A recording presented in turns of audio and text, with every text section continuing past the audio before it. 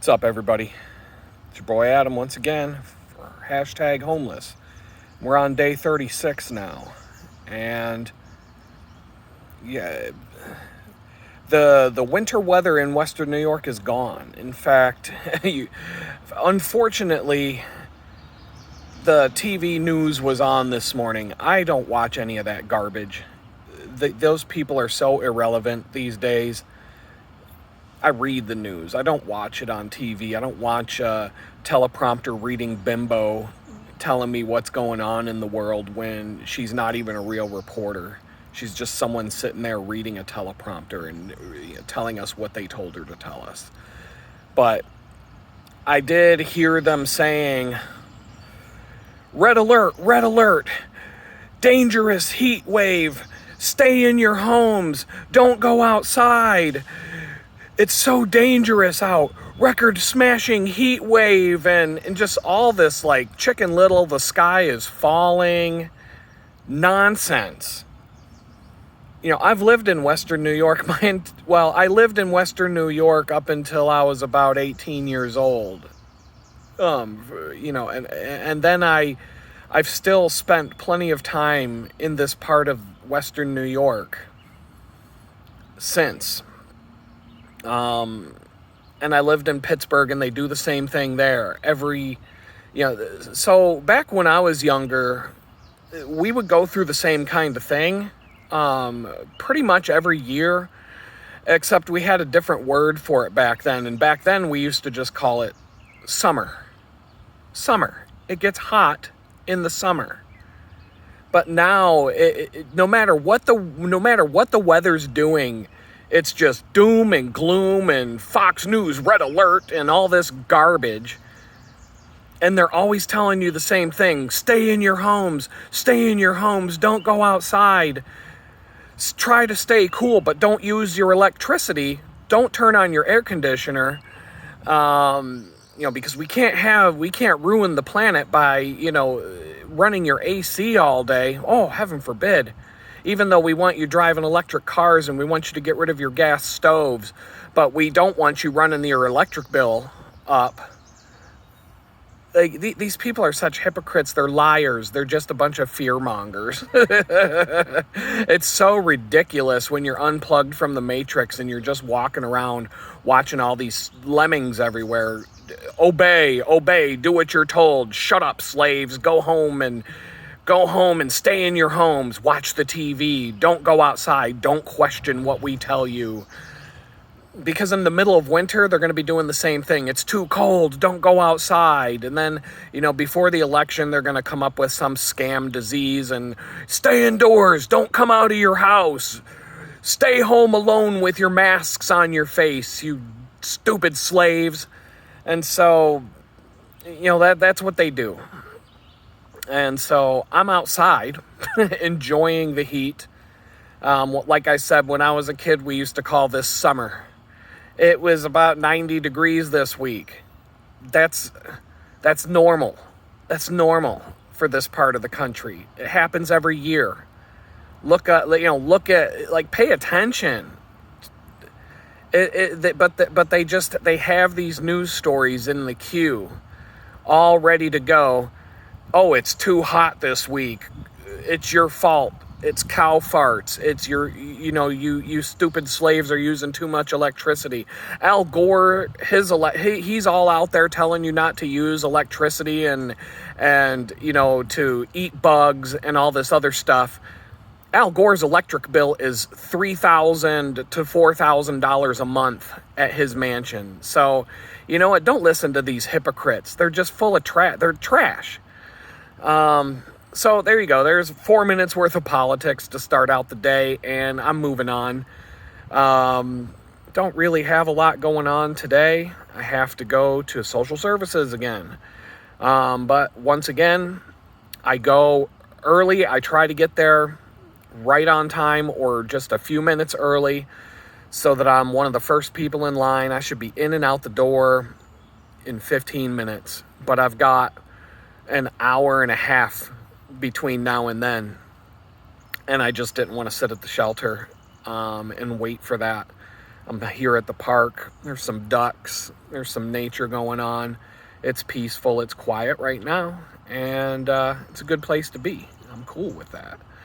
So I don't really have much else to talk about other than, let's see, just pull something random out, the library.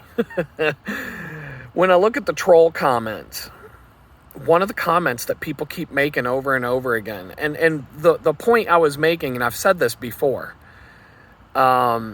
these people, they come and they leave their stupid comments and they make it 100% obvious that they didn't watch any of the videos. They may have watched 10 seconds of a video, and then they're just like, you're a piece of trash. You're never going to get a job again.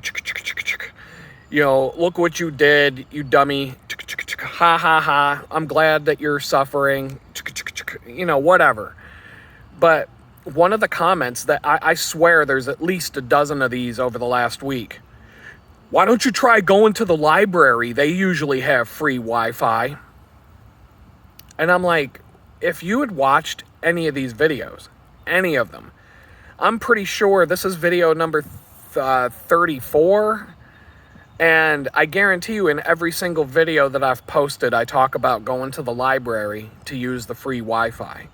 Sometimes I talk about how the library's closed, and so I have to go somewhere else to use the free Wi-Fi. But I talk about going to the library to use the resources at the library over and over and over again. Yeah, I get these idiotic comments in the troll section. You know, you should try going to the library because they've got free Wi-Fi there. Stop complaining and just look into things and, like, stop trolling until you watch the video, maybe. But I don't care. Just the fact that you people show up and leave these comments, if I get a dozen trolls leaving 24 comments, that means I've got 24 more views on a video this week. And the algorithm picks that up and sends it out to more people, and more people come and watch, and more people subscribe, and more people latch on to this. And you're only doing me a favor, so keep it up. I don't care. I don't get... Well, let me take that back. There's a lot of these homeless channels on YouTube that people are suggesting to me, either in the comments or sending me direct messages. Hey, check this guy out. Check that channel out. You know, they're going through the same thing as you, or they can give you some information. And so I do. And, but a lot of these channels, they turn the comments off. So I can't leave them a comment saying, you know, hang in there, it'll get better. Or, you know, I can't leave even a positive comment because they shut their comments off. And I can see it from both sides. From the side of, if you're in the situation that I'm in and you don't have a strong will and you don't have a thick skin, I have a thick skin. You can troll me all day long. And yeah, at times I'm going to chime in and I'm going to come back and I'm going to troll you back.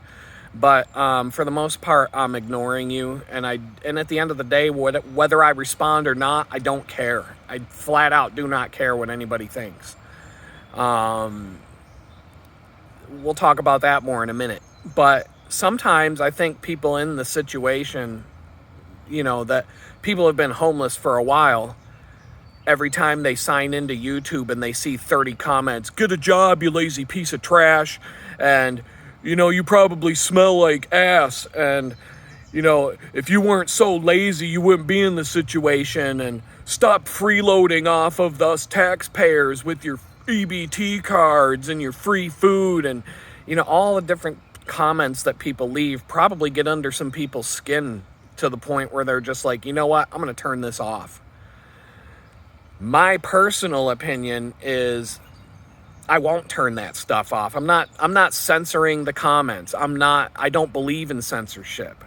I believe in freedom of speech, even if the speech is ugly. It got me in trouble.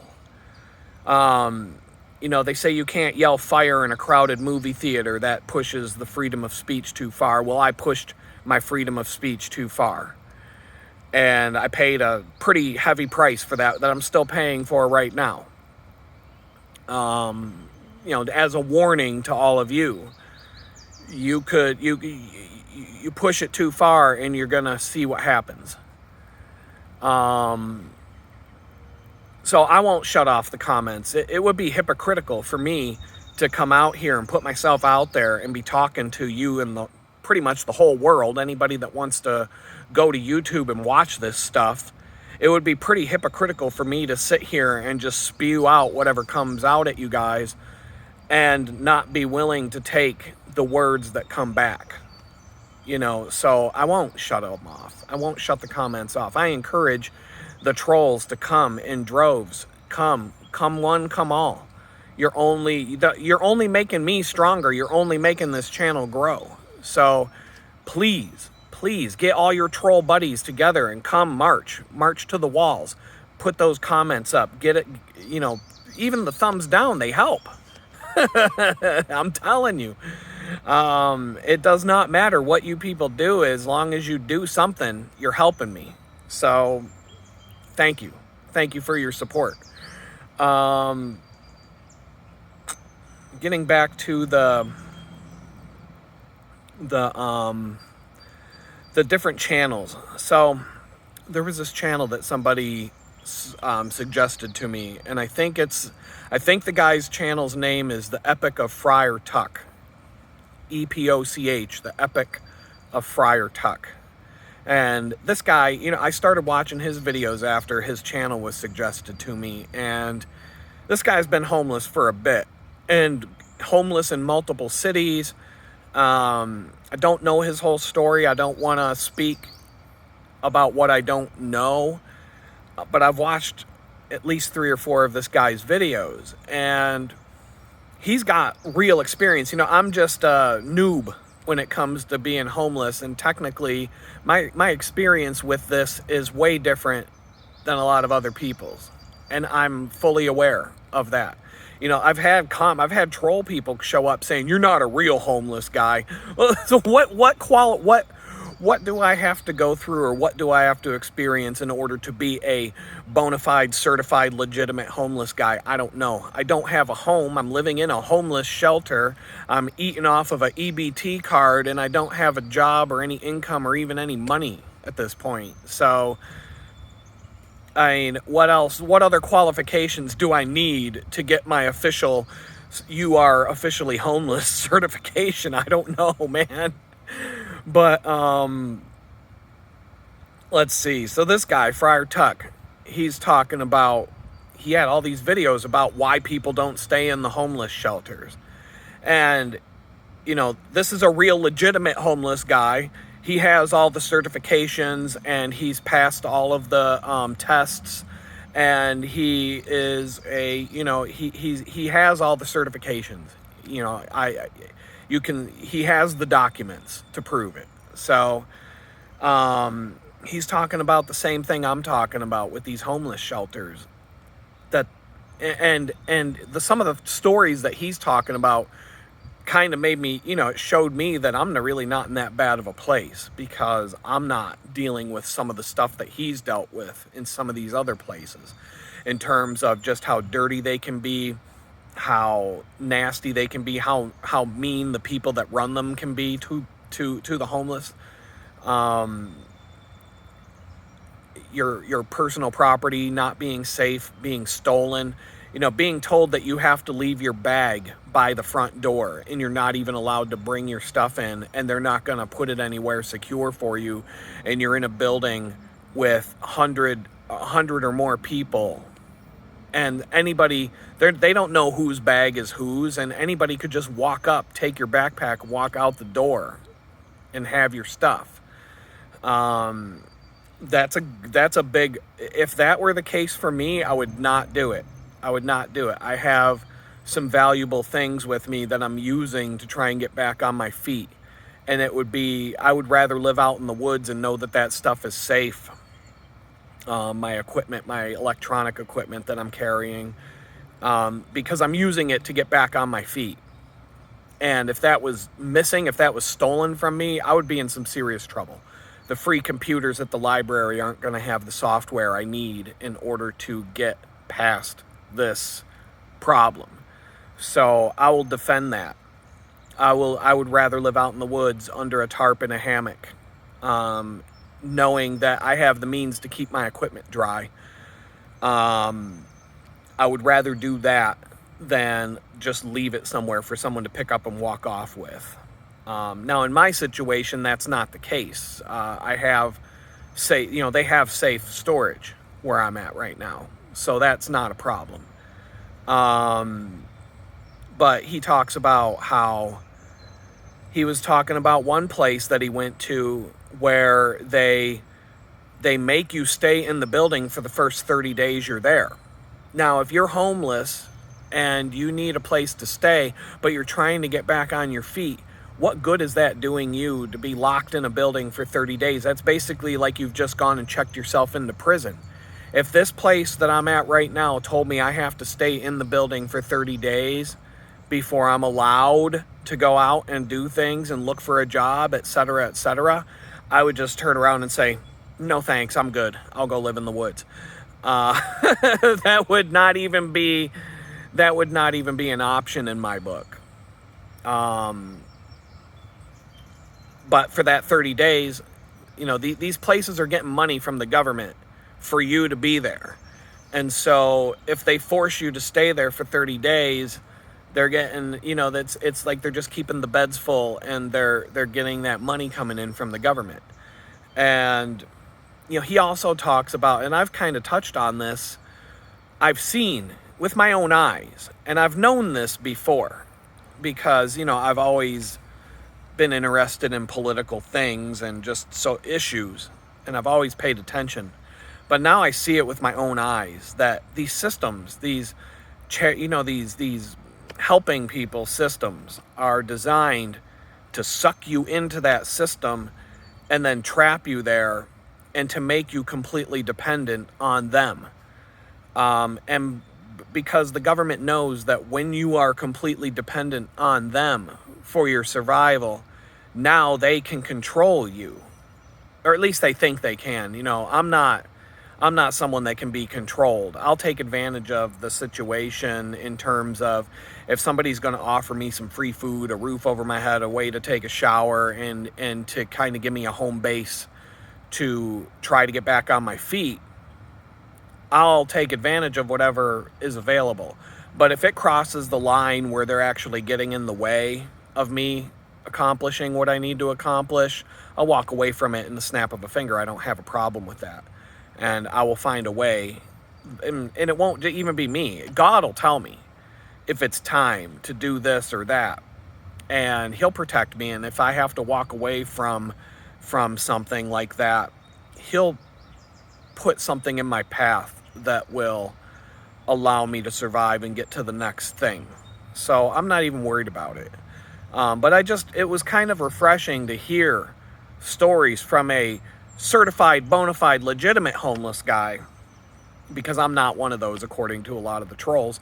It was refreshing. Not refreshing. It's sad, but it backs up what I'm saying. The things that I see. They do, part of what they do with me. I still accomplished all my goals this week. I got all the resumes that I had to get sent out in the people's hands that I wanted to get them into. The job interview went smooth. It was great. I was prepared for, over-prepared. Better to be over-prepared than not prepared. I got all of my professional references lined up. I've got more coming in. So now I've got more than I actually need. And I'm just waiting for a few phone numbers and emails to come my way. But all these people are cool with it. So I've got 6 now legit certified professional references with emails, phone numbers, LinkedIn profiles, and these people are expecting to hear from companies that I'm interviewing with. So they know, and they're cool with it. I have their permission. I know they're going to speak well of me. And there's 2 more, maybe 3 more that are in the wings that are already cool with it, but I don't have all of their up-to-date info. And so I just need to verify that, and that'll give me 9. That's more than enough. So that happened. I got that taken care of. I was worried about that on Monday. By the time the end of the day, Wednesday came, I was done. It's over. Good. We're crossed off the list. I was a little nervous about, I had a certain number of things on my to-do list I wanted to get done this week, and people were dragging me out of my zone to go do busy work and to report to this and show me that. And, you know, when you're getting these, when you're getting the free handouts, they want you to be accountable, but they fill your week full of appointments, and you got to go in and you got to prove that you did this and prove that you did that. And I don't think they are, but they could go and call the company. Social services could go and call all the companies that I'm interviewing with.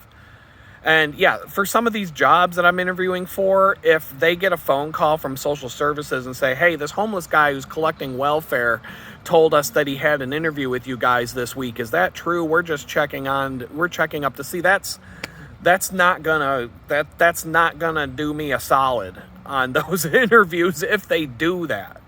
But I don't think they are. I think they're, I'm going in there, I'm showing them, I print out my job search activity it usually takes 4 or 5 sheets of paper when I hand it in, because they gave me this 1-page form to fill out everything I do.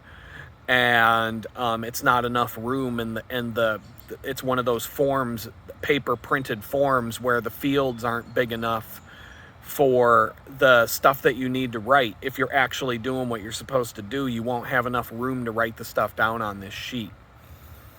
And so they told me I could just keep a separate log, print it out, and hand it to them every week. And so I do that anyway. I do that to keep track for my own sanity.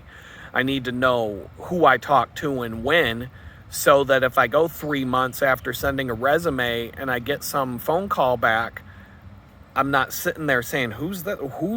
Where are you coming from? I'll be able to go back in my records and say, oh, I remember sending a resume to you guys 3 months ago or whatever. So I hand in this printout of all my job search activity, but I'll be kind of looking over, like, the people ahead of me in line. They'll walk in and they'll have that sheet that they're supposed to write down what they did this week. And I've seen a couple of them go in, like this one person went in, and I can see, because I'm standing there waiting in the line. This one person goes up and hands the person her job search paper, and the only thing she did for the entire week was she filled out an application at 7-Eleven.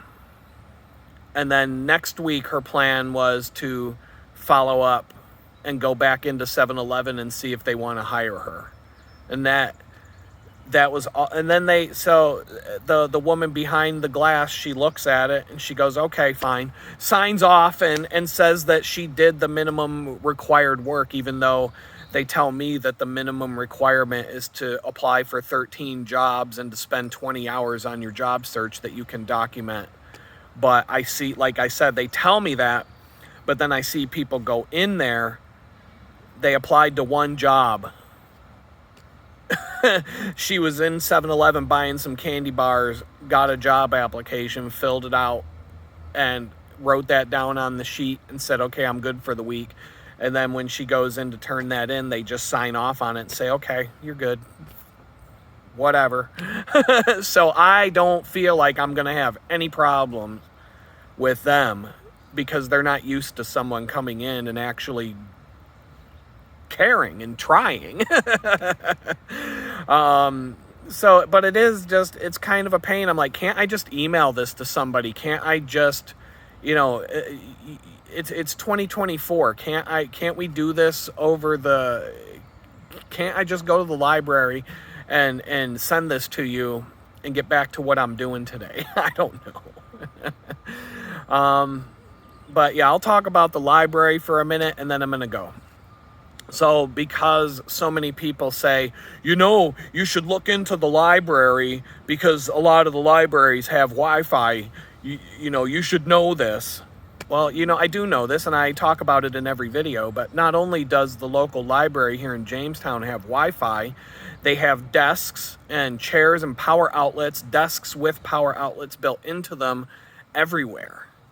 There are at least 20 to 25 stations, if not more, where I can set up a full little mobile office kit, and I can sit there and I can work all day long, and it's quiet. The Wi-Fi, for the most part, is good. Every now and then there's a problem, but it's you know, it is what it is. It's a good 9 days out of 10 or better. I'm gonna go in there, 19 days out of 20 days, and the Wi-Fi is not gonna have any problems. They have a soundproof booth that you can reserve. So if I have a job interview, a Zoom interview, if I have any kind of thing where I have to talk at a normal volume, but I can't have noise and distractions around me, and I don't want people to hear what I'm saying, I can reserve this booth. And as long as nobody's using the booth, I can sit in it all day if I want to. And then the people who you reserve the booth from, they've told me, oh, we have a bunch of conference rooms, we have a bunch of private rooms. If you need to book one of those, or if the booth is not available, we can get you into a private conference room. We can, there's all kinds of resources there. And the library here in town, it reminds me of these co-working spaces that are in the bigger cities, especially Pittsburgh. There were like 3 or 4 co-working spaces in Pittsburgh, and I even rented one at one point in my life. And what a co-working space is, depending on how much money you want to give them, you can show up. They have open desks everywhere. Some are more private than others. They have conference rooms. They have dedicated desks that you can pay a little bit more money, so that when you come in every day, you have a desk that's yours and you can leave your desk set up to some extent. They'll have a kitchen. They'll have bathrooms. They'll have coffee on site. You can just, they probably have a Keurig or something like that. One of the ones that I went and looked at had private offices that you could, and it was a few $100 a month. It wasn't that much money to have a private office in downtown Pittsburgh, but you're sharing conference rooms, you're sharing the bathrooms, you're sharing the kitchen and the common areas with other people. But if you're a freelancer, if you're a solo person, for a few $100 a month to have an office and an address in downtown Pittsburgh, that's a steal. But the library here in Jamestown, it has that same feel to it. It's for free. And so, yeah, I mean, the library here is the best place for me to go to work. It's just not open every day. And on Sunday, they have limited hours. And on pretty much any holiday where the bank is closed, the library's closed. So on those days, I got to figure other things out. I did go for a walk a few days ago, and I found an alternate place to go on Sunday that may not be as obnoxious as the coffee shop that I've been going to on Sundays. But it's a little over a mile walk. But a mile, it's 20 minutes. It's not a big deal.